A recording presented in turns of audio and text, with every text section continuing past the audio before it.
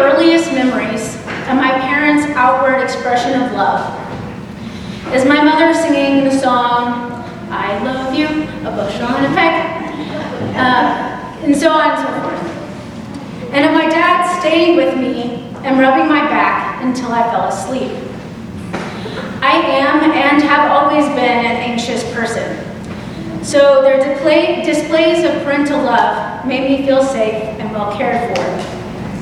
I knew no monster would sneak out of the dark as my dad was there, and I knew no harm would come to me while my mother was rocking and singing to me. Now that I am a mother, I also sing to my daughter the same song and reassure her by picking her up, rocking her, and rubbing her back.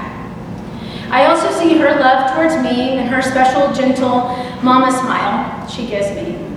Daddy gets smiles, but they're usually bigger and goofier. He gets more laughs too. Being the recipient of warm love from a parent, loved one, neighbor, or stranger makes one feel like all is right with the world. It makes the sometimes dangerous and threatening world seem less dangerous and less threatening. It is this kind of love, a peaceful love, that is often the most associated with Jesus and Christian love. This one expression of love is not an altogether wrong association. Jesus did show that kind of love, and often. He blessed children after placing them on his lap. He made fish and fed his disciples. He healed the sick and comforted, the worried. All of these are examples of a kind and gentle love that one might receive from a friend or other loved one. Yet Jesus' love went beyond the warm, fuzzy love. His love also had an edge, an edginess that is necessary when socio-political priorities become out of whack and need to be righted.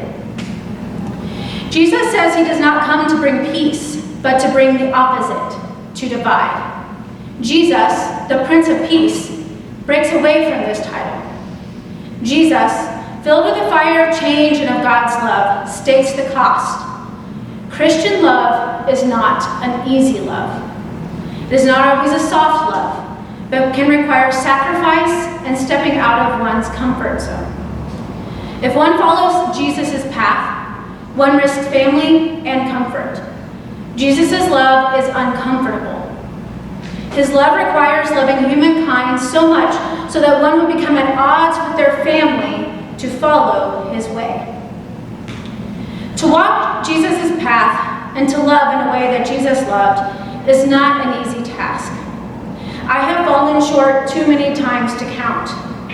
Yet it is what is required of me and my call as a Christian, and it has sometimes caused tension with one or more of my family members. My dedication to the church and my call is one example. When I announced that I was entering into the call process, I had family members that questioned this as I had questioned every time I had felt I had been called to the ministry. Family members have actually told me they prefer male pastors to female pastors.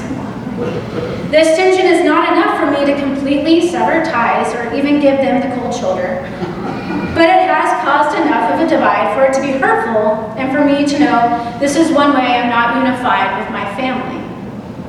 If this is only one small example and a relatively minor example, there is also division within the greater community.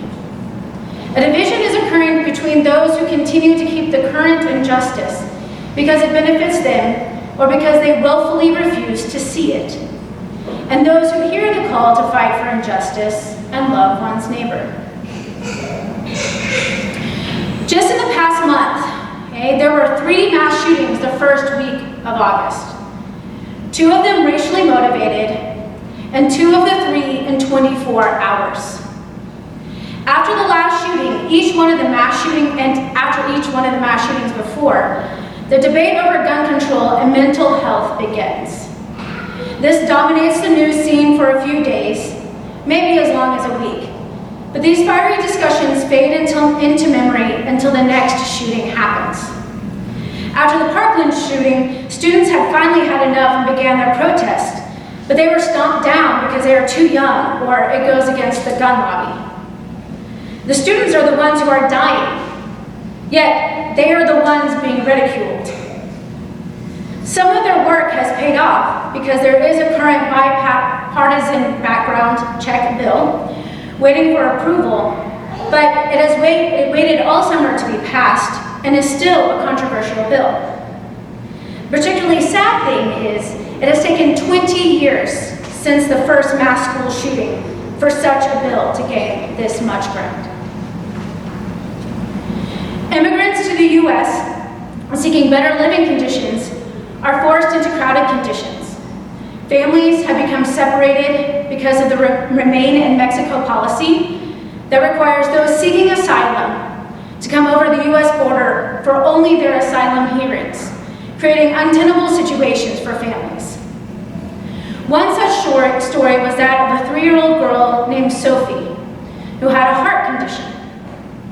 Her family was coming to the U.S. in part because of her health condition, as well as the strife in their own home country. The immigration judge was concerned about her health and requested an exam.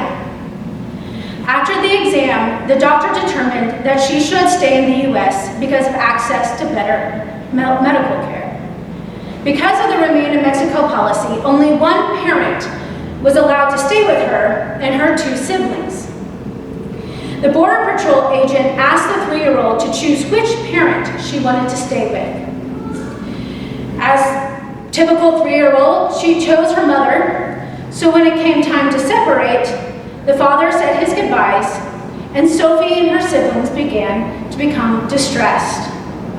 The doctor, all this time, was trying to convince the Border Patrol agent to let the father stay, mostly for the psychological well-being of the children. In the end, the father was thankfully allowed to stay. But this is a choice a 3-year-old should not ever have to make. But she was forced into it because of a lack of empathy and compassion on the patrol agent's part. And most recently, ICE raids in Mississippi have left children separated from their parents and have left families in a state of strife and turmoil. Some parents have returned home and some have not.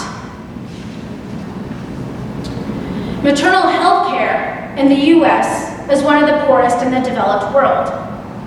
Our maternal mortality rate is increasing, whereas the rest of the developed world is decreasing.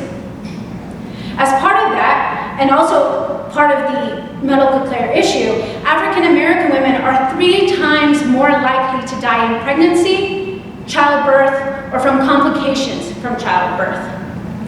Yet this is not widely known, and the focus on maternal health is not set as a priority. Homelessness will only increase as the cost of living rises, rent rises, and the minimum wage stays the same. But greed stops making the federal minimum wage a livable wage right in its tracks. These are the signs of the times. Injustices that society as a whole accepts, but that also divide our country. Yet viewed through the lens of love, they are injustices that need to be corrected and made right. The division Jesus preaches is a separation as a result of love in action, of taking a stand, of working towards spreading the gospel and working for justice, and not a separating based on gender, race, and wealth. In all of this bad news and division, the churchwide and the University Lutheran is a glimmer of light. We as a congregation work to ease the pain of injustice. We host Family Promise. A member is a leader of the Baker Interfaith Friends, a ministry of presence for detained immigrants. We grow food for St. Francis House, a homeless shelter downtown, and members have visited Grace Marketplace and Dignity Village. Blessing bags are made available to be handed out to the homeless. These are all acts of Christian love that set us apart as a church and should be exalted and be made known outside of these walls. Yet, we can go further by asking ourselves when we see injustice, how do we confront the injustice? We can help heal the wound, but how do we prevent the wound from happening in the first place? or prevent another person receiving the same wound. By lighting our own fire within, we can show Gainesville our Christian love that separates us from societal norms. We can embrace our mission, which is to embrace and share the love of God in Jesus Christ as the Holy Spirit empowers us.